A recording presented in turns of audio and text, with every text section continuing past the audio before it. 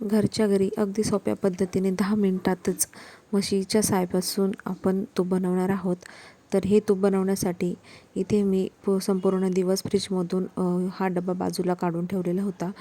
तर ही तूप बनवणं अगदी सोपं आहे. तर एका मिक्सरच्या बाउलमध्ये आपण हे संपूर्ण तूप असं काढून घेतलेलं आहे. त्यामध्ये आईस क्यूब टाकायचं आहे. तुम्ही थंड पाण्याचा वापर देखील करू शकता. इथे मिक्सरला आपण याला थोडंसं बंद चालू करत करत याचं लोणी करून घेणार आहोत. अगदी 1 मिनिटामध्येच हे लोणी तयार होतं. तुम्ही ते बघू शकता. संपूर्ण पाणी बाजूला झालेलं आहे.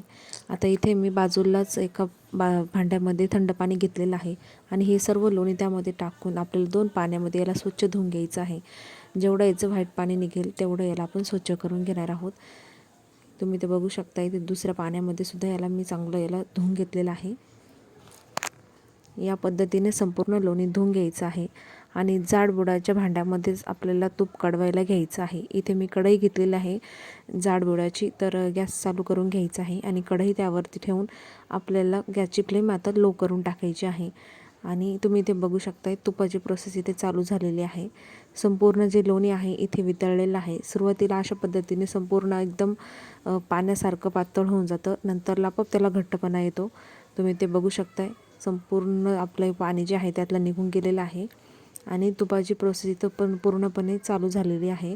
हे बघा, तूप पूर्ण बाजूला निघालेलं आहे आणि जी बेरी आहे ती संपूर्ण खाली राहून गेलेली आहे. तर ही बेरी आपल्याला ब्राऊन कलर येईपर्यंत आपल्याला तूप कढवायचं आहे. गॅसची फ्लेम इथे मी अजूनही लोच ठेवलेली आहे. इथे कुठेही आपल्याला गॅसची फ्लेम वाढवायची नाही आहे. अगदी ही प्रोसेस पुढची जी आहे तिथे 7-8 मिनटाचीच आहे. तर अशा पद्धतीने वरती थोडेसे बबल्स यायला लागतात. तर अजूनही आपली बेरी थोडीशी व्हाईट दिसते.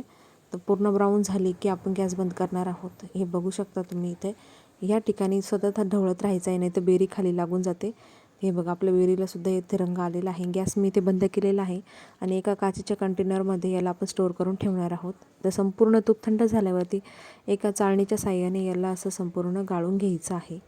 तुम्ही इथे बघू शकता मी एका गाळणीने इथे असं गाळून घेत आहे. या पद्धतीनेच आपल्याला याला स्टोअर करायचं आहे. तर ही तूप बनवायची अगदी सोपी पद्धत आहे. तुम्हाला कशी वाटली एकदा कमेंटमध्ये नक्की कळवा. तर ही तूप मी आता तुम्हाला दाखवण्यासाठी फ्रीजमध्ये याला 10 मिनटासाठी ठेवणार आहे. सेट होण्यासाठी 10 मिनटात हे सेट होतं. तुम्हाला हवं असेल तर तुम्ही याला रूम टेम्परेचरवरती सुद्धा सेट करू शकता. अगदी छान रवाळ तयार होतं. अगदी झटपट होणारी ही रेसिपी तुम्हाला कशी वाटली कमेंट्समध्ये एकदा नक्की कळवा. चॅनलवर नवीन असाल तर चॅनलला सबस्क्राईब करा. त्याचबरोबर लाईक करा. धन्यवाद.